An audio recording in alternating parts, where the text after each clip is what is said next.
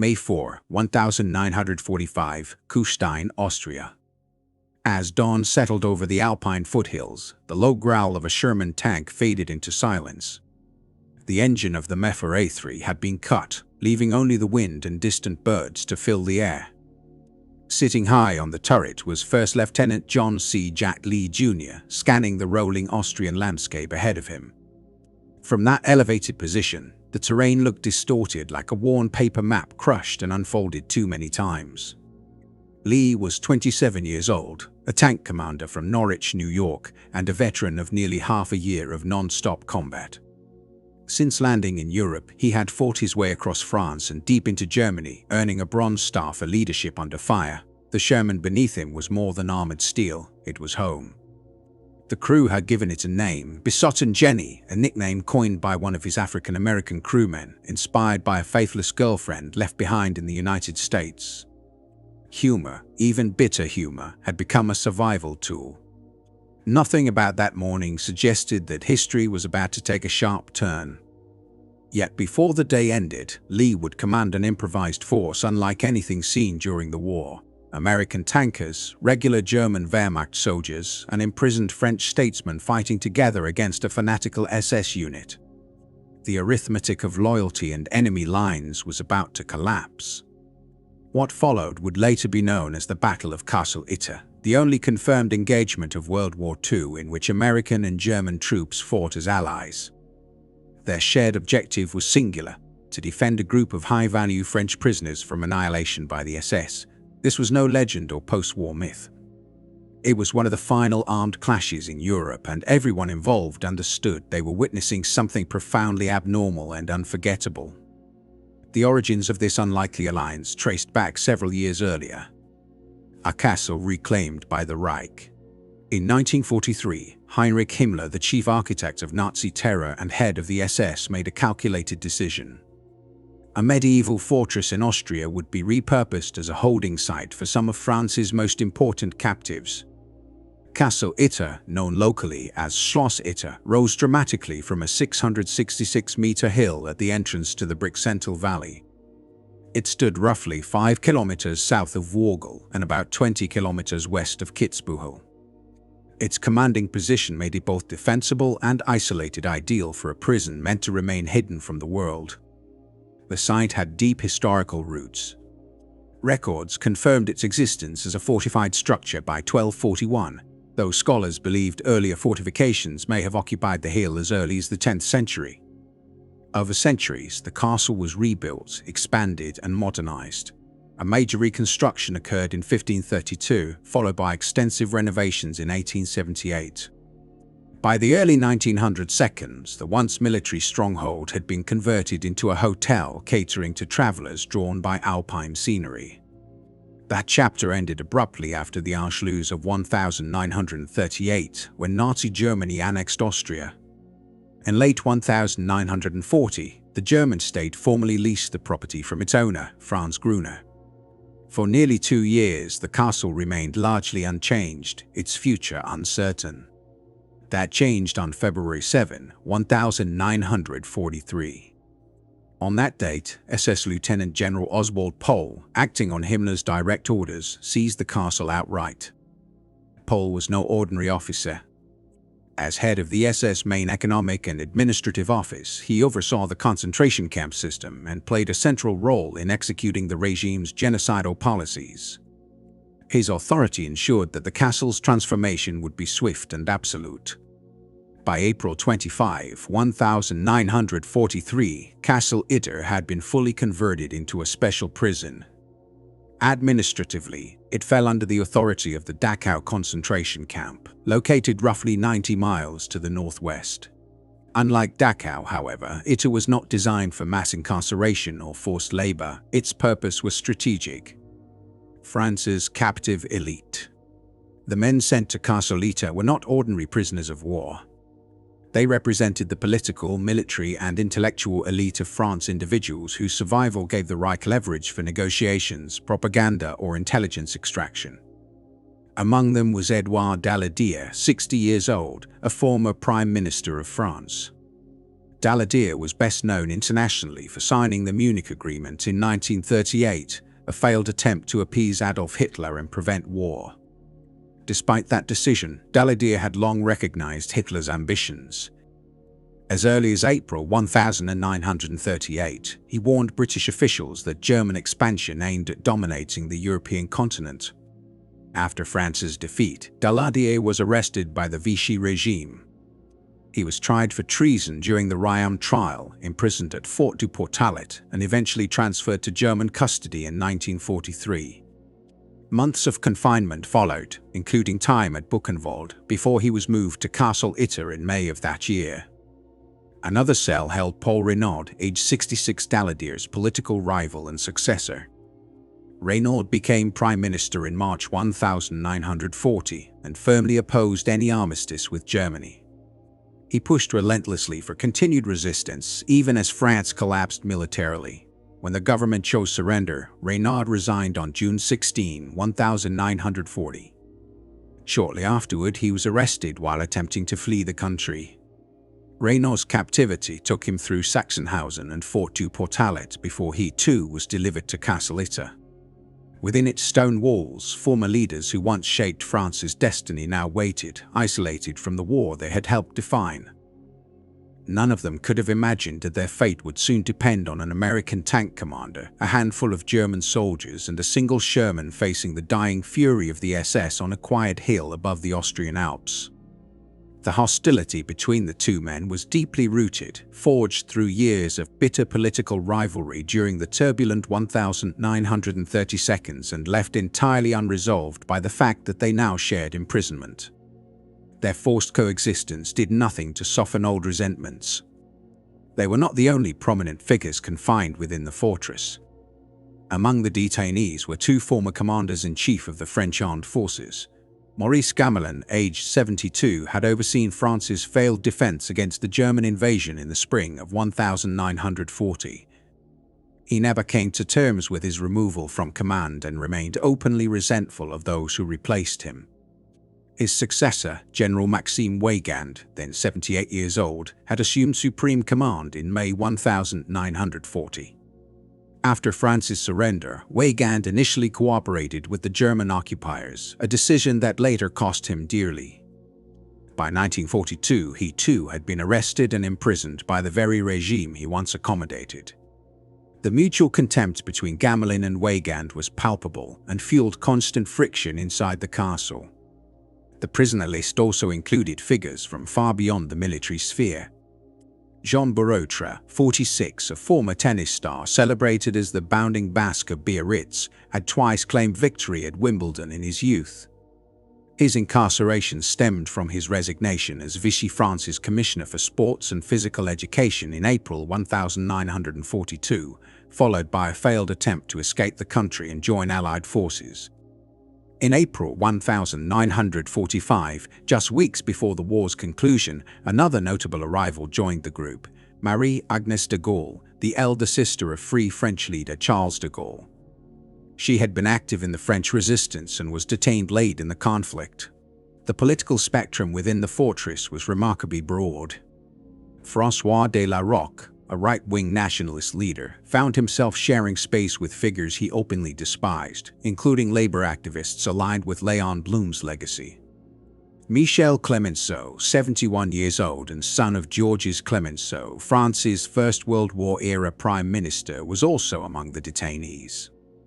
Despite their shared fate, ideological rivalries persisted with surprising intensity.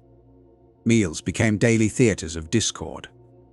The prisoners deliberately seated themselves at separate tables in the modest dining hall, exchanging sharp words and recriminations.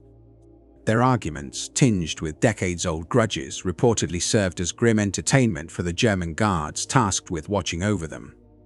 Yet, by the standards of the Nazi prison system, conditions inside the fortress were unusually tolerable. The French prisoners were housed in former hotel rooms rather than cells, enjoyed unrestricted access to an extensive library, and were permitted daily walks in a courtyard centered around a 13th-century stone fountain.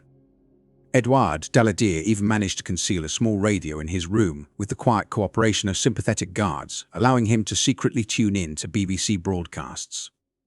Security at the site was handled by a small detachment of SS guards from the Totenkopf units, supplemented by forced laborers, Eastern European prisoners transferred from Dachau who handled maintenance and repairs. One of these workers was Zvonimir Wikovic, a Croatian electrician and general handyman. Unbeknownst to most of the guards, he was also affiliated with the Yugoslav Communist Resistance. The fortress was commanded by Captain Sebastian Wimmer, an SS officer who governed with rigid discipline but occasionally attempted to project a veneer of civility. As April 1945 drew to a close and Allied armies advanced from every direction, the atmosphere inside the castle shifted dramatically. Anxiety mounted as the inmates feared a final, desperate act of violence. These fears were well-founded. Across Germany and its occupied territories, SS units were systematically executing prisoners in an effort to erase evidence of their crimes before liberation could occur. On April 30, 1945, Adolf Hitler took his own life in his Berlin bunker as Soviet troops closed in on the Reich Chancellery. Although the war in Europe was effectively decided, die-hard Nazi elements refused to accept reality and continued fighting. 2 days later, on May 2, Eduard Weiter, the former commandant of Dachau concentration camp, fled to the fortress as American forces overran the camp. He died the same day under mysterious circumstances. News of his death deeply unsettled Captain Wimmer, who feared he might soon meet a similar fate. By May 4, with artillery fire echoing in the distance and Allied troops visibly nearing the area, Wimmer made a decisive move, one that would save his own life while placing the prisoners in grave danger. He abandoned the fortress, fleeing with most of his guards. The remaining Totenkopf SS personnel followed their commander's example and vanished into the surrounding countryside. In an extraordinary turn of events, 14 high-profile French prisoners suddenly found themselves alone in control of a medieval stronghold, armed only with the small cache of weapons left behind. Though no longer guarded, they were far from safe. The region was still saturated with Waffen SS units, many of whom remained fanatically loyal to the Nazi cause even after Hitler's death. SS forces under the command of Oberfuhrer Georg Bachmann occupied nearby hills and had received explicit orders to storm the fortress and execute anyone found inside. Any attempt to escape on foot would almost certainly end in immediate death. Survival depended on reaching Allied lines before Bachmann's men could act. Facing imminent annihilation, Daladier and Reynaud set aside years of political hostility and met to assess their options. They concluded that their only chance lay in sending a messenger, someone capable of slipping past SS patrols and making contact with American forces. Their choice fell on Jukovic, the Croatian handyman who knew the area well and had earned their trust during captivity. On May 3, under the guise of a routine errand, Jukovic quietly departed the fortress. The nearby town of Gangl, just 8 kilometers down the mountain, was heavily occupied by German troops and too dangerous to approach. Instead, he headed deeper into the Inn Valley, aiming for Innsbruck, more than 60 kilometers away. The journey was perilous. Waffen SS patrols roamed the roads, executing anyone suspected of desertion, sabotage, or collaboration with the enemy. Each step brought the risk of instant death, but it was the prisoners' last fragile hope. As the war collapsed across Austria, even gestures of surrender became deadly. Civilians who displayed white cloths or flags from their windows hoping to signal peace were often met with gunfire. Mobile SS execution units roamed towns and villages, enforcing orders with ruthless efficiency. Any male deemed old enough to fight risked immediate execution under suspicion of desertion. Moving quietly through this chaos, Jukovic avoided major roads whenever possible. His familiarity with the countryside, combined with his ability to blend in as a civilian laborer, allowed him to pass through dangerous territory unnoticed. Late on the night of May 3, worn down by exhaustion and blistered feet, he finally reached the outskirts of Innsbruck. There, he encountered an advance detachment from the 49th Infantry Regiment of the U.S. Army's 103rd Infantry Division, operating under the 6th Corps. Without delay, Jukovic briefed the American officers on the existence of the fortress and the identity of its prisoners, high-ranking French political figures whose capture carried enormous symbolic and diplomatic weight. The Americans immediately grasped the significance of this intelligence. At first light on May 4, Major John T. Kramers assembled a rescue force. Armor, half-tracks, and infantry elements of the 103rd Division set out toward the castle in a heavily protected column. Initially, the advance progressed smoothly. But shortly after passing through the town of Jenbach, roughly halfway to their objective, the situation changed dramatically. German artillery batteries opened fire, saturating the road with heavy shells. Under sustained bombardment, the column was forced to stop. Major Kramers weighed his options, but the final decision was taken out of his hands. Higher command ordered the mission aborted, citing jurisdictional boundaries. The area ahead had been assigned to the operational zone of the U.S. 36th Infantry Division. Procedural boundaries and command protocols overruled urgency. Only 2 lightly equipped jeeps carrying auxiliary personnel were permitted to proceed. Lacking armor, heavy weapons, or infantry support, they had no realistic chance of confronting SS units should they encounter them. Back at the fortress, the prisoners waited in growing dread. They had no way of knowing that Chuchkovich had reached the Americans or that the rescue attempt had stalled. Hour after hour passed without news. The group armed itself with weapons abandoned by retreating guards, rifles, pistols, and a handful of submachine guns. But 14 aging politicians and 1 professional tennis player were no match for seasoned Waffen-SS troops. It was clear that survival required another gamble. Among the remaining workers at the castle was Andreas Krobot, a Czech national employed as a cook. Throughout the war, he had served meals to both captives and guards, quietly observing everything. When the situation became desperate, Krobot volunteered to carry a message. The prisoners drafted a letter explaining who they were, where they were held, and the immediate danger they faced. Around midday on May 4, Krobot mounted a bicycle and began the downhill ride toward Wrgl, carrying both the letter and the prisoners' last hope. Under normal circumstances, the 8-kilometer journey would have taken less than an hour. These were not normal times. Roads were clogged with retreating Wehrmacht units, probing Allied patrols, and SS detachments hunting deserters and anyone suspected of disloyalty. When Krobot neared the town of Wrgl, Wehrmacht forces had already withdrawn. SS units, however, had quickly taken control. Local residents, desperate to avoid bloodshed, had hung white sheets and Austrian flags from their windows, signaling surrender to the approaching Americans. But such acts were now punishable by death. Heinrich Himmler had issued explicit directives. Any settlement that attempted to surrender rather than fight was guilty of treason, and all men of military age were to be executed immediately. The SS enforced these orders without hesitation. Snipers monitored windows and armed patrols combed the streets. As Krobot entered the outskirts of the town, an SS patrol spotted him. He was moments away from being stopped and almost certainly killed when a nearby door flew open. Someone seized him and dragged him inside a house, saving his life. The man who intervened was Major Josef Sepp Gangl of the Wehrmacht. A professional officer, Gangl had joined the Reichswehr on November 1, 1928 years before it was reorganized into the Wehrmacht in 1935. His military career spanned nearly the entire war. He had commanded 105mm artillery during the Battle of Kiev in 1941 as part of Army Group South on the Eastern Front. Later, he fought in Normandy during the defense of Caen in June 1944 and again during the Battle of the Bulge near Bastogne in December. At some point, precisely when remains uncertain, Gangl's loyalty to the Nazi regime collapsed. By May 1945, he had made a decision that would have cost him his life if discovered.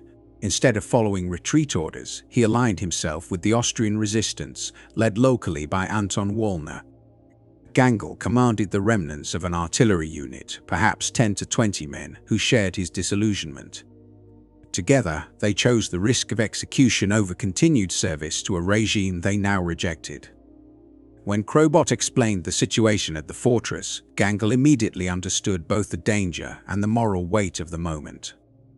14 prominent French prisoners, including former prime ministers and a close relative of Charles de Gaulle, were facing likely execution only 8 kilometers away. Helping them would not erase Gangl's past, but it might offer a measure of redemption. It could stand as proof that not every German soldier remained loyal to a criminal system until the end, yet Gangl was also realistic. His small force could not operating in the area, which likely numbered in the hundreds. Outside assistance was essential and only one potential ally remained. Accepting the enormous risk, Gangl took a white flag and climbed into his Kieberwagen command vehicle with Crowbot beside him. He drove north toward the thunder of American artillery.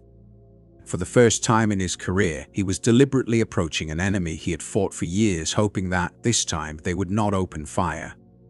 In early May 1945, as the European War was entering its final days, a small American armored detachment paused in an alpine town near the Austrian-German border. Roughly 8 kilometers north of the village of Gangl, in the border town of Kufstein, 4 Me-4A3 Sherman tanks from the US Army's 23rd Tank Battalion, part of the 12th Armored Division under XX Dienkorps, were positioned in the town square. Their task was routine: hold the area until elements of the 36th Infantry Division arrived to take over security. The officer in command was First Lieutenant John Kerry Lee Jr., a 27-year-old tanker from Norwich, New York. Stocky in build and rarely seen without a cigar, Lee was known for his blunt confidence and calm authority under pressure. Among his crew, he was affectionately called Captain Jack, a nickname that reflected both his leadership style and the loyalty he inspired. Lee was a graduate of Norwich University in Vermont, one of America's oldest military colleges, and had already distinguished himself during nearly 5 uninterrupted months of frontline combat.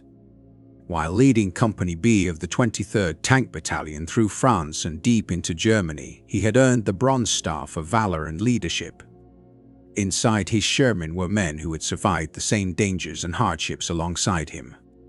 Sergeant William Rushford served as a steady and reliable presence. Corporal Edward J. Shimchick, a soft-spoken New Yorker, was an exceptionally precise gunner whose accuracy had saved the crew more than once. Corporal Edward J. Siner and Private First Class Herbert G. McKay rounded out the team. Their bond was not formal. It was forged by constant exposure to enemy fire, exhaustion, and mutual dependence. On the afternoon of May 4, an unexpected event disrupted the quiet occupation. A German vehicle approached Kufstein carrying a massive white flag, visible from a distance. American guards nearly fired before realizing it was a surrender signal. The man who emerged was Major Josef Gangl of the Wehrmacht. He advanced slowly, hands raised, still dressed in his German uniform and wearing his decorations. Gangl was immediately escorted to Lee's forward command position. Communicating through a mix of passable English and improvised gestures, Gangl described an urgent and unusual situation. A group of 14 prominent French prisoners, politicians, and high-value detainees were being held in a fortress approximately 8 kilometers away. Units of the Waffen-SS were preparing to attack the position with the intention of killing the prisoners before Allied forces could reach them. Gangl explained that a small group of regular German soldiers was willing to defy the SS and defend the captives, but they lacked the manpower and firepower to succeed alone. Immediate American assistance, he insisted, was the only hope. Under most circumstances, such a request would have been rejected. The war was nearly over. American units were exhausted after months of continuous combat, and the proposed mission lay well outside normal operational boundaries. It also required cooperating, however briefly, with enemy troops, an idea few officers would have entertained so late in the conflict. John Lee chose otherwise. Without delay, he committed himself to the rescue. He contacted his battalion headquarters by radio, carefully outlining the intelligence provided by Gangl and the danger facing the prisoners. While his superiors recognized the diplomatic and symbolic value of saving high-profile French captives, they were equally aware that Lee was likely to proceed regardless of the answer. Approval was granted. Lee moved quickly. His first plan was bold but calculated. He would advance with his own tank, nicknamed Besatten Jenny, alongside another Sherman commanded by Lieutenant Wallace S. Hurlbrook, known as Bushbuster. To reinforce the armored column, 6 soldiers from Company D of the 17th Armored Infantry Battalion, an all-African-American unit, would ride atop the tanks, providing additional firepower and security. Moments before departure, Lee reassessed the risks. The fortress would need stronger protection against a determined SS assault. Acting decisively, he requisitioned 5 additional Sherman tanks and supporting infantry from the recently arrived 142nd Infantry Regiment of the 36th Infantry Division. With this improvised force assembled, Lee prepared to move toward what would become one of the most unusual and daring joint actions of the Second World War's final hours. On the afternoon of May 4, near the closing moments of the Second World War, an unlikely military formation departed the town of Kufstein.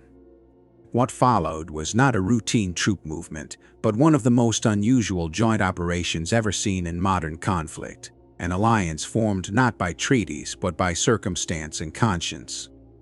At the front moved an American M4 Sherman tank commanded by First Lieutenant Jack Lee. Its 76mm cannon rotated methodically as Lee surveyed the road ahead, alert for any sign of ambush. Trailing behind were additional Shermans from the U.S. 142nd Regiment, including the tank known as Bosch Buster under Lieutenant Holbrook's command. Clinging to the steel exteriors were 6 African-American infantrymen from the 17th Armored Infantry Battalion, gripping their rifles and scanning the terrain with practiced vigilance. Moving alongside the lead tank was Major Josef Gangl of the German Wehrmacht, riding in a Kübelwagen. Seated beside him was Andreas Krobot, a local resistance fighter acting as guide. Behind them followed a truck carrying 10 German soldiers loyal to Gangl, still wearing German uniforms and armed with standard Wehrmacht weapons, yet no longer fighting for the Nazi cause. This combined American-German column represented something virtually unheard of in 20th century warfare. Soldiers who, until days earlier, would have been sworn enemies were now traveling together toward a shared goal, united by the belief that protecting innocent lives outweighed loyalty to collapsing regimes. The dangers along the route were immediate and constant. At the first river crossing, Lee halted the column to assess the bridge.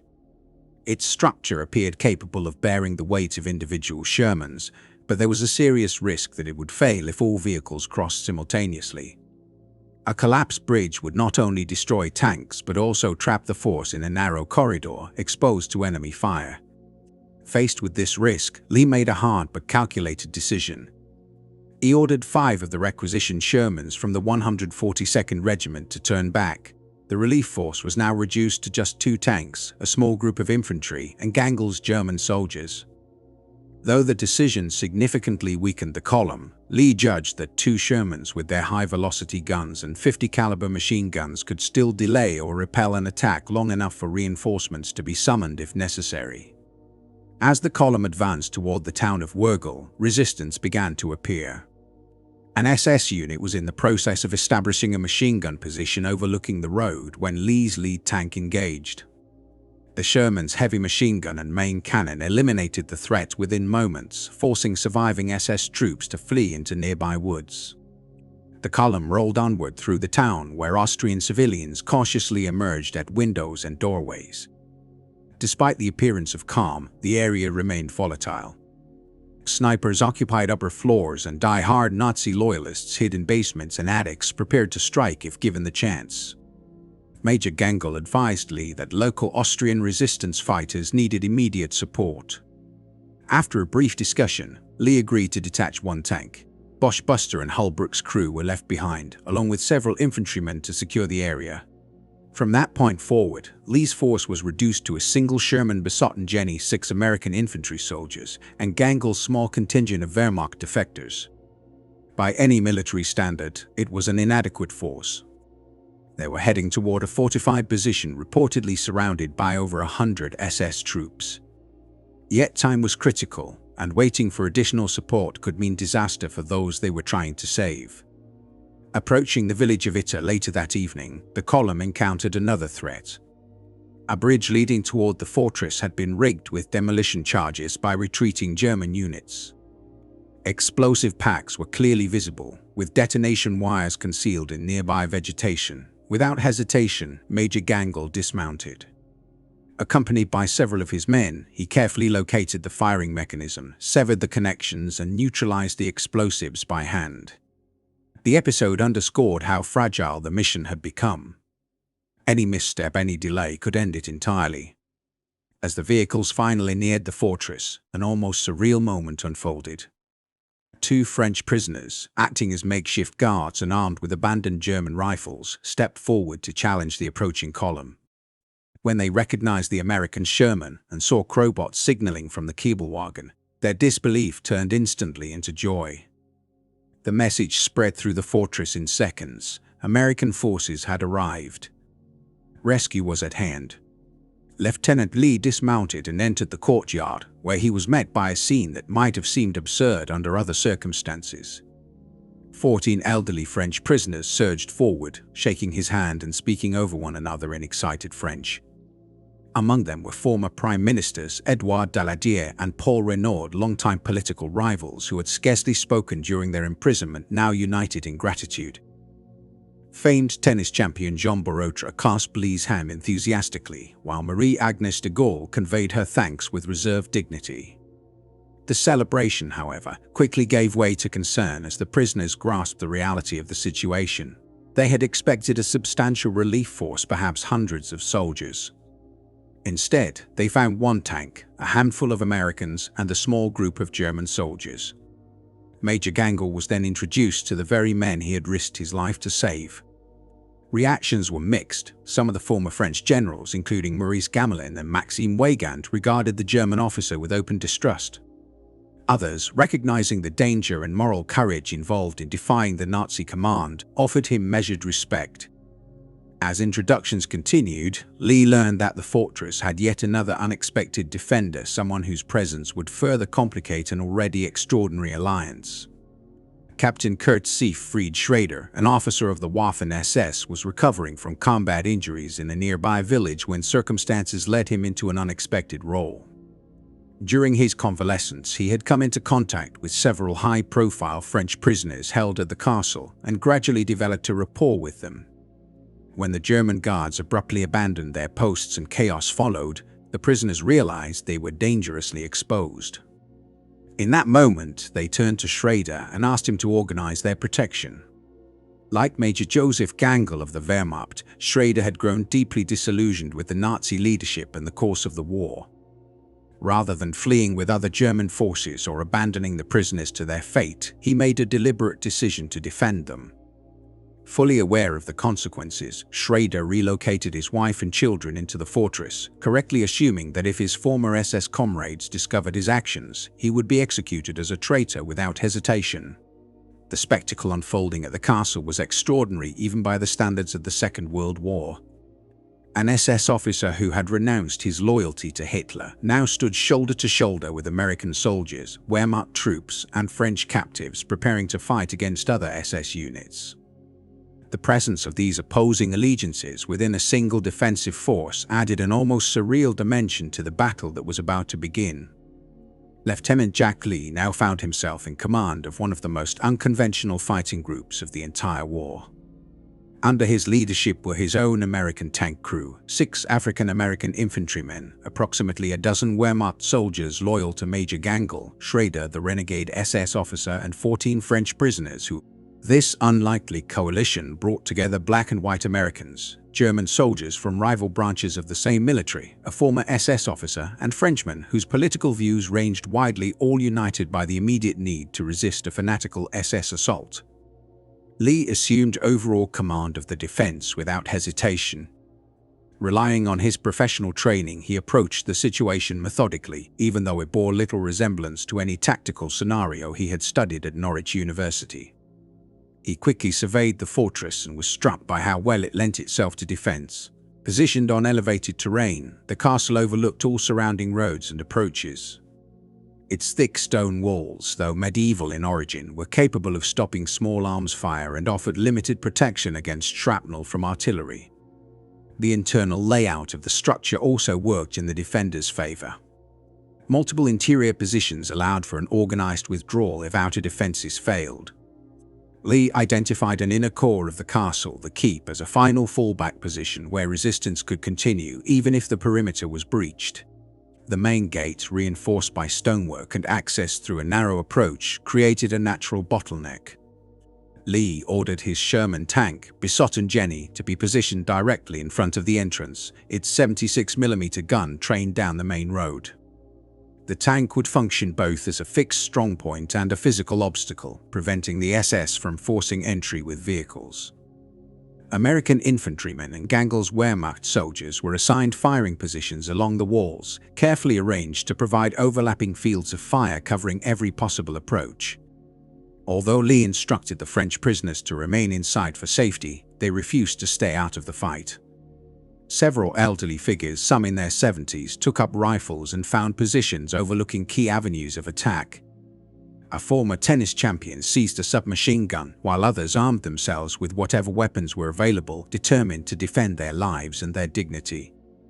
The defenders had sufficient ammunition for small arms left behind in haste by the retreating guards, but they had no means of resupply. Everyone understood that if the fighting dragged on, their situation would become increasingly desperate. As night fell on May 4, the garrison prepared for a siege they knew might last until dawn or end much sooner. Lee enforced strict light discipline, aware that any visible illumination would only make the castle an easier target for attackers concealed in the darkness. Major Gangl provided critical intelligence on the enemy forces encircling the fortress. Waffen SS units under the command of Oberfuhrer Georg Buchmann had occupied the surrounding hills and wooded areas for several days. These were not second-line troops or demoralized remnants. They were seasoned veterans, men who had fought across multiple theaters of war and remained fiercely loyal even after Adolf Hitler's death. Gangl estimated that the SS force numbered between 100 and 150 soldiers, possibly more.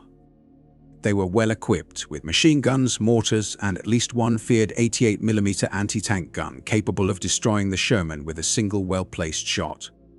Facing them were fewer than 40 defenders, counting the French prisoners. By any conventional military calculation, the defenders were badly outnumbered, outgunned, and isolated. As the night deepened, all sides understood that the coming hours would decide the fate of everyone inside the fortress. Throughout the hours stretching from the evening of May 4 into the early morning of May 5, SS reconnaissance units cautiously approached the fortress perimeter.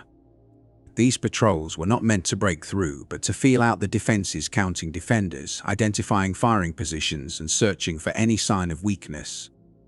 In the darkness, sporadic gunfire echoed across the grounds as sentries on both sides fired at fleeting shapes, rustling foliage, or imagined movement. Despite this probing activity, the SS deliberately avoided committing to a full-scale assault. Their commanders chose patience, waiting for daylight when coordination would be easier and their numerical advantage could be used to maximum effect. Inside the fortress walls, an extraordinary alliance endured the long night. The defenders rotated rest in short shifts, never abandoning their posts entirely. American soldiers passed cigarettes and shared coffee with Wehrmacht troops who, only days earlier, would have been mortal enemies. Nearby, French prisoners spoke quietly among themselves. Ideological rivalries momentarily set aside as survival took priority over politics. Exhaustion hung heavy in the air, but vigilance never faded. As dawn arrived on May 5, 1945, the defenders finally saw the scale of the threat before them. Under the cover of darkness, Waffen SS units had silently occupied positions in the surrounding forests, encircling the fortress. A low morning fog drifted upward from the valley below, cloaking their movements and adding a final layer of concealment as the attackers prepared to strike. Shortly after 7 a.m., the stillness shattered. The sharp crack of Mauser rifle fire and the unmistakable roar of MG-42 machine guns erupted from the tree line, sending rounds ricocheting off stone walls and slicing through the air above the defenders. Lee's Sherman tank crew reacted instantly. The turret of Besotten Jenny swung toward the flashes in the woods, and its 50 caliber machine gun opened up, hammering the SS positions. By approximately 8 a.m., the assault escalated into a coordinated attack. Between 100 and 150 Waffen-SS soldiers advanced toward the fortress, moving with practiced efficiency. Using classic fire and maneuver tactics, one element laid down suppressive fire while others pushed forward. The defenders answered with intense rifle and machine gun fire, forcing the attackers into cover and slowing their momentum. The Sherman's 76mm main gun thundered again and again. High explosive shells burst among the SS formations, tearing into the earth and scattering deadly fragments in every direction. The tank's machine guns maintained constant pressure, pinning the attackers and limiting their ability to advance. Along the walls, an unlikely mix of American infantrymen, German Wehrmacht soldiers, and armed French prisoners fought shoulder to shoulder. Corporal Edward J. Shimczyk, serving as Lee's gunner, worked with calm precision. Each shot was carefully adjusted, target after target eliminated with the steady skill that had earned him a formidable reputation within Company B. Nearby, 6 African-American soldiers from the 17th Armored Infantry Battalion, hardened veterans of prolonged fighting across Europe, fired with discipline and restraint, conserving ammunition while delivering deadly accuracy. Major Josef Gangl moved continuously along the defensive line. He issued orders, boosted morale, and coordinated fire between his Wehrmacht troops and the American tank crew. His battlefield experience was evident in how he anticipated SS movements, reinforcing threatened sectors before attacks could fully develop. Among the defenders stood former French General Maurice Gamelin, once the supreme commander of France at the outbreak of the war. Now 72 years old, he once again found himself under fire. Despite his age, he handled his rifle with practiced confidence, a reminder of decades spent in military service. Jean Borotra, the famed former tennis champion, proved just as active. He sprinted between positions with remarkable agility, delivering ammunition to fighters running dangerously low and helping wounded men reach safer cover. The Waffen-SS showed relentless determination. Small assault teams repeatedly attempted to storm the main gate, only to be cut down or forced back by the devastating fire of Besottengenny's machine guns and concentrated rifle volleys from the walls. As the morning wore on, the SS introduced indirect fire. Mortar rounds began landing inside the courtyard, throwing debris and forcing defenders to take cover while disrupting their firing rhythm.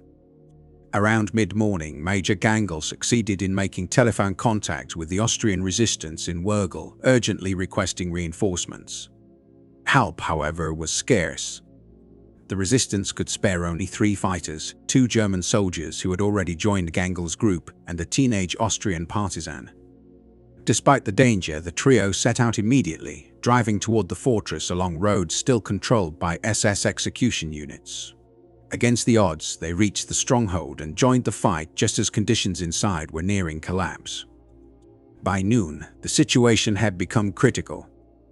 Ammunition supplies were nearly exhausted. Every remaining round was precious, and every shot now carried the weight of survival. Colonel Lee understood that survival depended on discipline rather than volume of fire. He instructed his soldiers to engage only when enemy targets were unmistakably visible, ensuring that no round was wasted. This caution was necessary. The Sherman tank supporting the defenders had already burned through much of its ammunition supply. High explosive shells, in particular, were dangerously scarce. The situation deteriorated further when Bachmann's SS force deployed its most formidable asset. A sharp, unmistakable report cut through the valley air, the sound of an 88mm gun. Moments later, a high-speed anti-tank shell struck the Sherman known as Besottengenny. The German 88mm gun, feared across every front of the war, had proven once again why it was so lethal. Though originally engineered to destroy aircraft, it was equally devastating against armored vehicles and defensive positions. The projectile tore through the Sherman's armor, instantly rendering the tank combat ineffective. With the tank no longer able to provide covering fire, Lee ordered the crew to abandon the vehicle and retreat behind the castle walls. Deprived of the Sherman's suppressive firepower, the defenders lost a critical advantage. Sensing weakness, the SS units pushed forward, closing the distance to the main gate. Shortly after 1 p.m., the defenders found themselves at the brink. Ammunition reserves were nearly exhausted, and SS activity suggested preparations for a decisive assault. During this tense moment, Major Josef Gangl observed former French Prime Minister Paul Reynaud standing exposed near a window, directly in view of an SS sniper concealed in the nearby forest. Reynaud, 66 years old, appeared unaware of the danger. Without hesitation, Gangl sprinted across the courtyard toward him. As Gangl reached Reynaud and began forcing him away from the window, a single rifle shot rang out. A 7.92 57mm Mauser round fired by an SS sniper struck Gangl in the head, killing him instantly. Gangl's death carried profound weight. He had served in the German army since November 1, 1928, fighting across nearly every major theater from Ukraine to Normandy to Bastogne. After years of brutal warfare, he had rejected Nazi ideology and aligned himself with the Austrian resistance. He had risked his life to protect 14 French prisoners he had never known. In the final moments of his life, he died shielding the man he had sworn to defend. His body fell at Reynaud's feet. For a brief instant, the defenders were frozen in disbelief at the loss of their German ally. That moment quickly gave way to fury. American soldiers, Wehrmacht troops, and armed French prisoners unleashed concentrated fire toward the sniper's position in the woods. Recognizing that the outer defenses could no longer be held, Lee made a critical decision, one that likely prevented the fall of the fortress. He ordered a controlled withdrawal from the outer walls, pulling his forces inward and consolidating them within the keep for a final defensive stand. As this repositioning was underway, SS troops moved a Panzerfaust anti-tank weapon into place, aiming to destroy the main gate. If the gate fell, the SS would flood the courtyard, and everyone inside would be executed. It was then that Jean Borotra, former tennis champion and one of the French prisoners, approached Lee with a desperate proposal. He volunteered to escape the castle, cross enemy lines, and reach the American reinforcements Lee had requested hours earlier. The plan bordered on suicidal. Borotra was 46 years old and the route was swarming with SS troops actively searching for targets. Yet Borotra was no ordinary man. Once ranked among the world's greatest athletes, he still possessed remarkable speed and agility. More importantly, he understood the stakes. If he failed or if he did nothing, no one in the fortress would survive. With no other viable options, Lee accepted the plan. At approximately 3 p.m., Borotra prepared to make his attempt. Climbing to the top of the wall, he paused briefly, then leapt down several meters to the ground below. Using a rolling landing technique refined through decades of athletic training, he absorbed the impact and immediately sprang forward. SS troops spotted him almost instantly. Gunfire erupted. Bullets struck the ground around him and sliced through the air as he ran. Borotra zigzagged across open terrain, pushing his body beyond its limits. Then, just as suddenly as he had appeared, he vanished into the forest. For long minutes afterward, no one inside the castle knew whether he had survived. Inside the fortress, conditions worsened rapidly. Ammunition was nearly gone. SS troops assembled for what appeared to be the final assault. The Panzerfaust team closed in on the gate. Lee gathered the remaining defenders, Americans and Germans alike, inside the keep, preparing for hand-to-hand combat once the bullets ran out. The French prisoners refused to hide. Armed with rifles, they stood beside trained soldiers, fully prepared to die fighting. Political rivals Edouard Daladier and Paul Reynaud stood shoulder to shoulder. General Maurice Gamelin, who had once cooperated with German authorities after France's defeat, readied himself to fight them instead. Only days earlier, such unity would have been unimaginable. Then, at approximately 4 p.m., a new sound rolled in from the main road. It was not German gunfire. It was the deep concussion of American tank cannons, followed by the unmistakable roar of 50-caliber machine guns. The SS forces preparing to assault the gate suddenly came under attack from the rear. Sherman tanks from the US. 142nd Infantry Regiment had arrived, guided to the castle by Jean Borotra, who had miraculously survived his run through enemy territory. The relief force consisted of multiple tanks and a full infantry company, more than enough to shift the balance completely.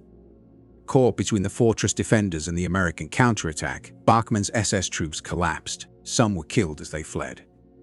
Others discarded their weapons and surrendered. Approximately 100 SS soldiers were captured by American forces. The remainder scattered into the surrounding Austrian countryside, with many avoiding capture for weeks. The Battle of Castle Itter had ended. From the first shots at dawn to the arrival of reinforcements in the late afternoon, the engagement lasted roughly 9 hours. During that time, around 40 defenders, including 14 elderly French prisoners, had successfully resisted a force of up to 150 SS troops. They prevented an execution and protected men who would later play vital roles in rebuilding post-war France. It remains one of the most extraordinary and unlikely battles of the Second World War. The human and material losses suffered by the defenders were astonishingly small when weighed against the overwhelming danger they faced. In total, 4 men were injured during the fighting, yet none sustained wounds severe enough to threaten their lives. Only a single fatality occurred among the defenders. That loss was Major Josef September Gangl, who was killed by an SS sniper while shielding Paul Reynaud from gunfire. Gangl had joined the cause only days earlier, but in that short time he committed himself fully, ultimately sacrificing his life to protect others. Later that same evening, the liberated French prisoners were safely removed from the area. Under the protection of American military escorts, they were transported across Austria and Germany and flown onward to Paris, arriving on May 10, 1945, just days after the war in Europe had effectively ended. In recognition of his exceptional leadership and bravery under fire, First Lieutenant John C. Lee, Jr. received an immediate promotion to the rank of captain. He was also awarded the Distinguished Service Cross, the second highest combat decoration available to soldiers of the United States Army. The official citation credited Captain Lee with leading a small improvised force deep into enemy-held territory, disrupting German operations, preventing the demolition of 2 strategically vital bridges, and compelling the surrender of approximately 200 German troops. Upon discovering several high-profile French political prisoners being held at the castle, Lee rapidly organized a defensive position composed of American soldiers, defecting Wehrmacht troops, and local resistance fighters. Despite sustained SS assaults and heavy artillery fire, the defenders maintained their position until Allied reinforcements arrived. The citation concluded by praising Lee's courage, decisiveness, and unwavering sense of duty as embodying the highest ideals of the United States Armed Forces. Captain Lee would pass away in 1973 after a long and full life, yet he remained deeply marked by the extraordinary battle fought on an Austrian hillside in the final days of the war. Major Joseph Gangl, meanwhile, was posthumously recognized as a national hero in Austria. In the town of Wörgl, a street was renamed in his honor, Ganglstrasse, serving as a lasting tribute to his moral courage and a reminder that compassion and integrity can rise above ideology, even amid war's darkest moments. The former SS officer Kurt Siegfried Schrader, who had fought alongside American troops and defecting German soldiers to defend the prisoners, faced a different fate. Following the battle, he was taken into custody by U.S. forces and charged for his prior membership in the Nazi Party and the SS.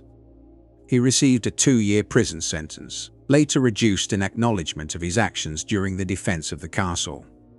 Schrader lived until 1995, carrying with him the knowledge that, in the final hours of the conflict, he had chosen to protect civilians rather than participate in their destruction.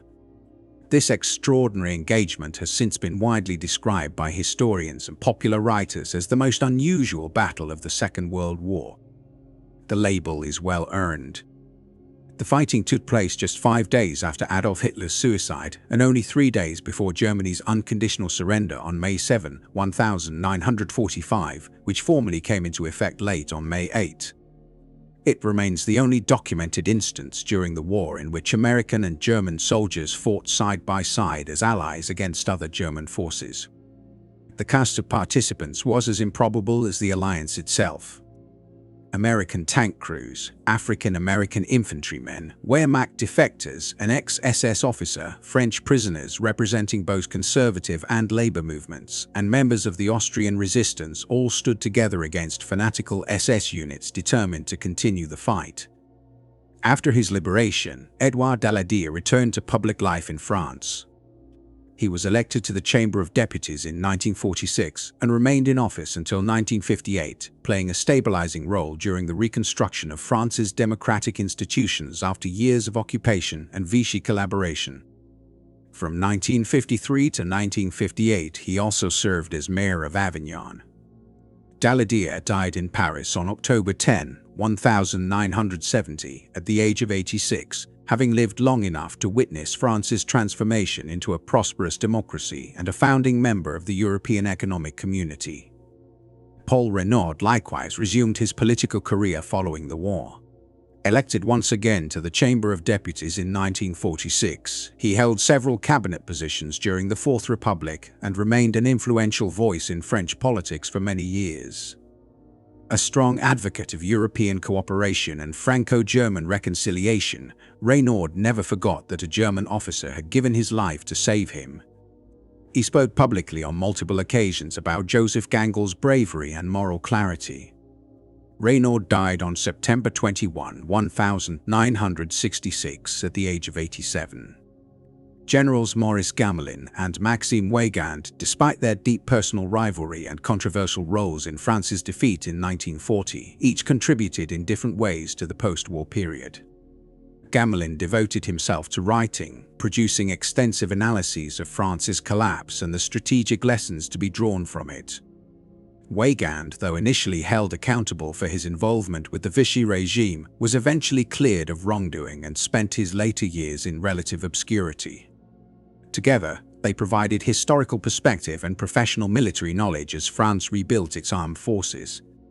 Jean Borotra, the renowned tennis champion whose speed and fearlessness proved decisive when he sprinted through SS gunfire to summon reinforcements, returned to the world of sport after the war. He continued competing well into his 70s and later became a respected figure in sports administration.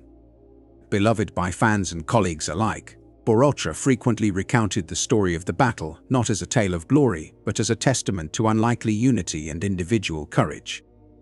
He died on July 17, 1994, at the age of 95. Today, the Battle of Castle Itter endures as a singular moment in history. A brief but powerful episode demonstrating that even in the final chaos of total war, enemies can become allies, and humanity can prevail over ideology. Léon Gillot, a prominent figure in the international labor movement, had long been a source of friction during his time at the fortress, particularly because he found himself in close proximity to staunch right-wing personalities such as François de la Roque. That uneasy coexistence reflected the deep ideological divisions of the era. After the war, Gillot distanced himself from political confrontation and redirected his energy toward labor activism on a global scale. His efforts to strengthen workers' rights across national borders and promote cooperation between labor organizations earned him international recognition, culminating in the Nobel Peace Prize in 1951. When he passed away in 1954, he left behind a lasting imprint on the structure of labor relations in post-war France. François de la Roque followed a markedly different path. Known in the 1930 seconds as the leader of the Quadu organization and a vocal representative of right-wing politics, he nevertheless opposed Nazi domination during the occupation. His resistance activities led to his arrest and imprisonment by the Vichy authorities. Following the liberation of France, de la Roque returned home but chose to withdraw almost entirely from public and political life. He lived quietly until his death in 1946, a figure shaped by contradiction and controversy. Marion Agnès de Gaulle, the elder sister of General Charles de Gaulle, also returned to France after the war. Unlike her brother, she avoided the spotlight, offering discreet but steady support as he assumed leadership of the nation, first guiding France through the transitional period as head of the provisional government and later shaping its future as president of the Fifth Republic. She remained deeply proud of both her brother's achievements and her own involvement in the resistance. Her long life ended in 1982, closing a personal chapter closely intertwined with modern French history. The 14 French prisoners who survived their captivity would go on to play influential roles in shaping the political and institutional direction of France in the decades that followed. Their wartime experiences, especially the extraordinary episode in which American and German soldiers fought side by side to secure their rescue, profoundly altered their worldview. These events reinforced their belief in European unity, reconciliation between France and Germany, and the necessity of strong international frameworks to prevent future conflicts. Those convictions found concrete expression in the early foundations of European integration. The creation of the European Coal and Steel Community in 1951, followed by the establishment of the European Economic Community in 1957, reflected the influence of leaders who had witnessed firsthand the devastation caused by extreme nationalism, collaboration, and ideological rigidity. Their policies carried the lessons of war into the architecture of peace. Within military circles, the battle itself gradually became a subject of fascination, studied for its tactical and moral complexity. Yet for many years it remained largely absent from popular historical narratives. The men involved showed little interest in public recognition. John Lee returned to civilian life in the United States and almost never spoke openly about what he had experienced. The German soldiers who had taken part alongside American forces faced the risk of legal consequences due to their service in the Wehrmacht, and therefore chose anonymity. The French survivors, many of whom later assumed high-ranking governmental positions, devoted themselves to national reconstruction rather than personal storytelling. It was only decades later, in 2013, that the full account entered public awareness. Military historian Stephen Harding brought through meticulous research that drew upon U.S. military documents, German archival material, French eyewitness testimonies, and local Austrian records. Harding reconstructed the events with exceptional precision. His work revealed one of the most unusual and morally complex engagements of the Second World War. The book's impact extended well beyond academic circles. Public interest surged, and the story reached new audiences through popular culture. In 2016, the Swedish power metal band Sabaton released a song titled The Last Battle on their album The Last Stand, transforming the historical episode into a powerful musical narrative. Filmmakers, documentary teams, and historians soon followed, drawn to the story's universal themes of bravery, moral choice, redemption, and the possibility of unity between former enemies. The castle where these events unfolded eventually returned to private ownership after the war and remains privately held to this day. It is closed to visitors and bears no official memorial commemorating the battle. Nonetheless, local historians and residents in the Itter region continue to preserve its memory. The fortress itself stands quietly, a physical reminder of a moment when conventional boundaries collapsed and adversaries stood together in defense of shared principles. Military academies and war colleges around the world have since examined the engagement for its strategic insights. Analysts point to the importance of swift decision-making in rapidly changing circumstances, the effectiveness of coordinated forces even when resources are limited, and the enduring defensive value of fortified positions against numerically superior attackers. Yet the most enduring lessons extend beyond the battlefield. The episode demonstrated that individuals retain the capacity to reject destructive ideologies even after years of service within oppressive systems. It showed that moral transformation is possible, and that common humanity can prevail over national hatred when people are willing to see beyond uniforms and allegiances. Among the most powerful figures to emerge from this story was Major Josef Gangl.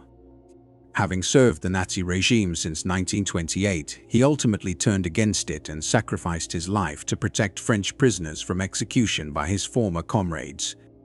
In post-war Austria, his actions became a symbol of moral courage at a time when the nation struggled to redefine itself.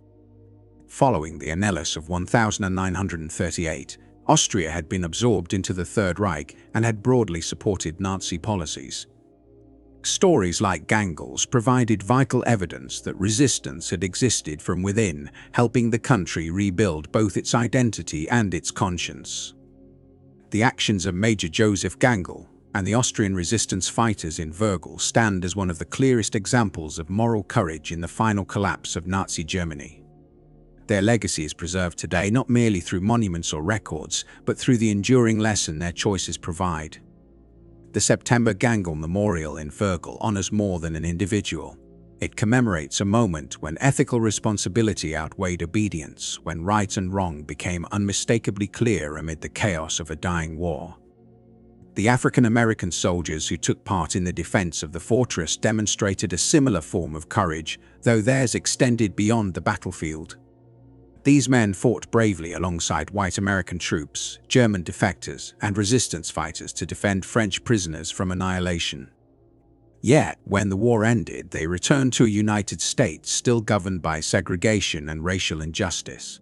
Their service, though honorable and decisive, was largely overlooked. The 6 soldiers of Company D, 17th Armored Infantry Battalion, who entered combat atop Sherman tanks and held the line against SS forces, were denied equal treatment in the nation they had risked their lives to defend. Their names survive in official archives, but their personal post-war stories remain mostly undocumented. Together, they symbolize the experience of countless African American servicemen during World War II, men who fought with distinction abroad while enduring discrimination at home. Their contribution helped lay the groundwork for the civil rights movement that would begin reshaping American society in the decades that followed. For the German Wehrmacht soldiers who chose to fight alongside the Americans, the war's end brought uncertainty rather than celebration. Some were temporarily detained as prisoners of war before being released. Others quietly reintegrated into civilian life in Austria or Germany, carrying with them a secret that few dared to share.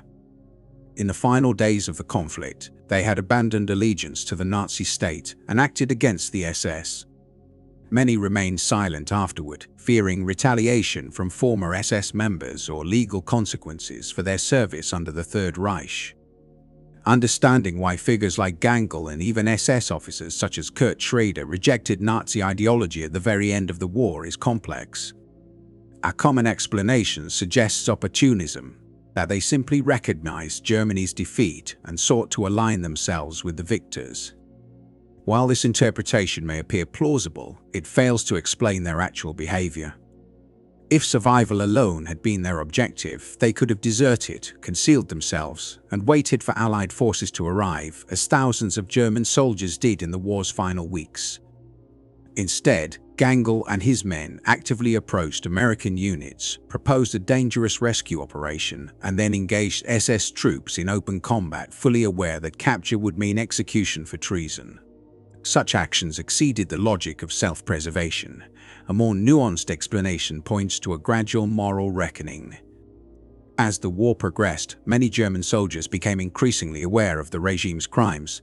The mass murder of civilians, the reckless military decisions that wasted lives without purpose, and the SS's brutal repression of German and Austrian civilians who dared to express defeatism. For professional officers like Gangl, the breaking point may have come with SS orders to execute military-age men in towns that raised white flags. These directives effectively demanded the murder of civilians for desiring peace. Fighting for one's country, even under a corrupt regime, could be rationalized. But killing one's own people for wanting the war to end crossed an irreversible moral threshold. Gangl's decision to cooperate with the Austrian resistance and shield the civilians of Wehrmacht from SS death squads reflects this turning point. The effort to rescue French prisoners held at the fortress became a natural extension of that same impulse to protect the innocent from fanatical violence. Captain Kurt Schrader's transformation followed a different but equally profound path. As an SS officer, he had sworn unconditional loyalty to Adolf Hitler and to the SS doctrine of absolute obedience. Turning against that institution meant dismantling the very foundation of his identity, yet Schrader chose to do so.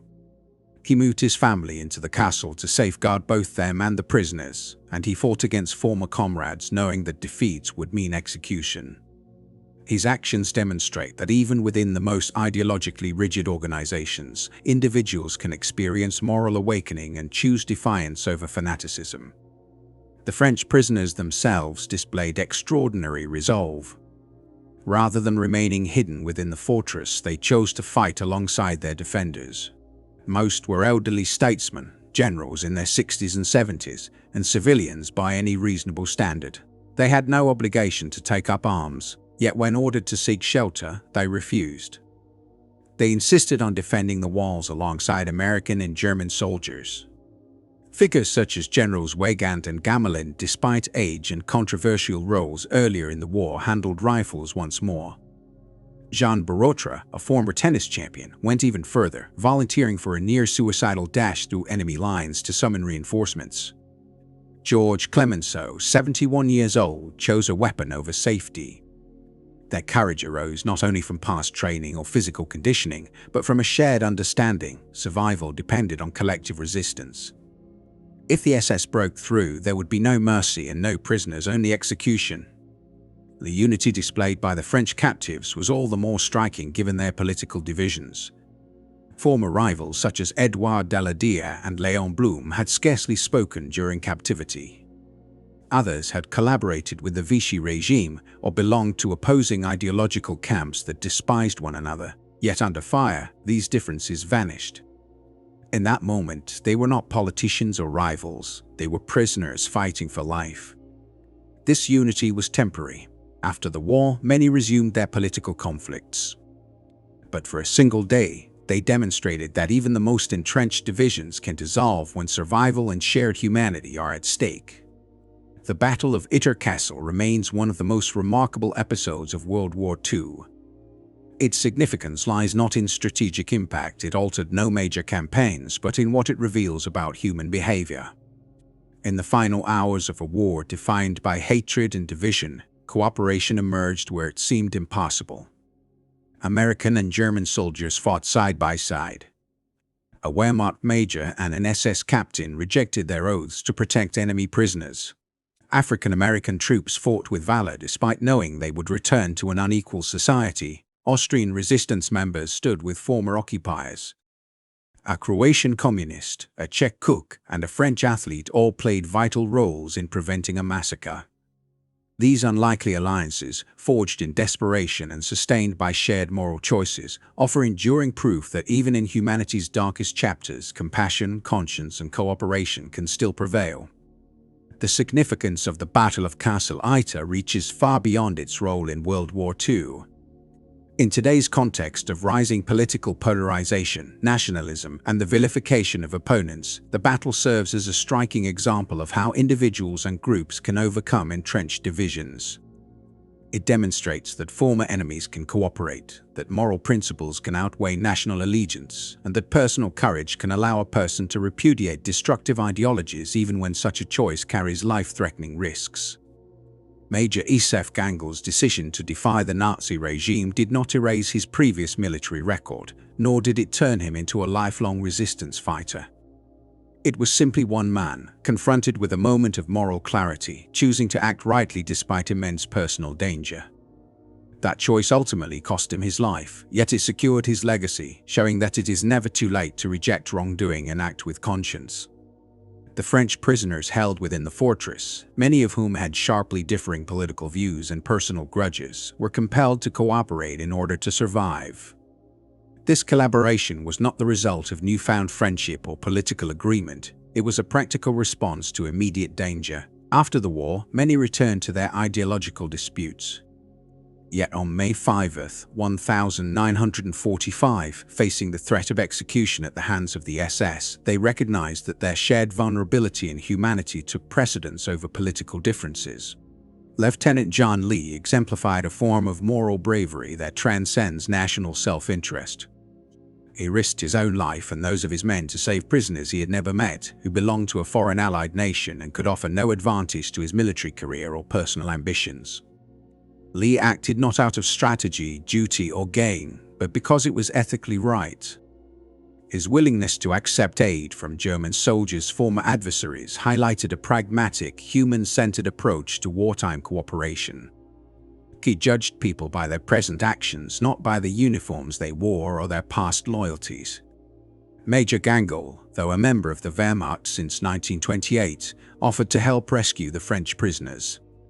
Lee accepted without hesitation, demonstrating a rare ability to see beyond categories and labels to the human being making decisions in the moment.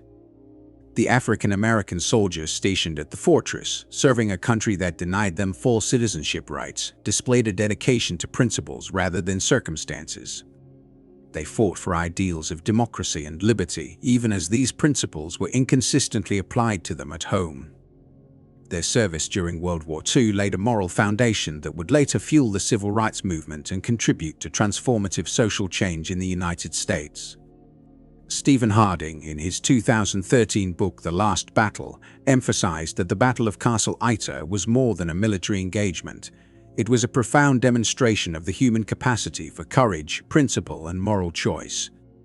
Every participant made decisions that defied expectations. Americans risking their lives for foreign prisoners, Germans opposing their own countrymen, French fighting alongside former enemies, and an SS officer rejecting the fanaticism of his organization.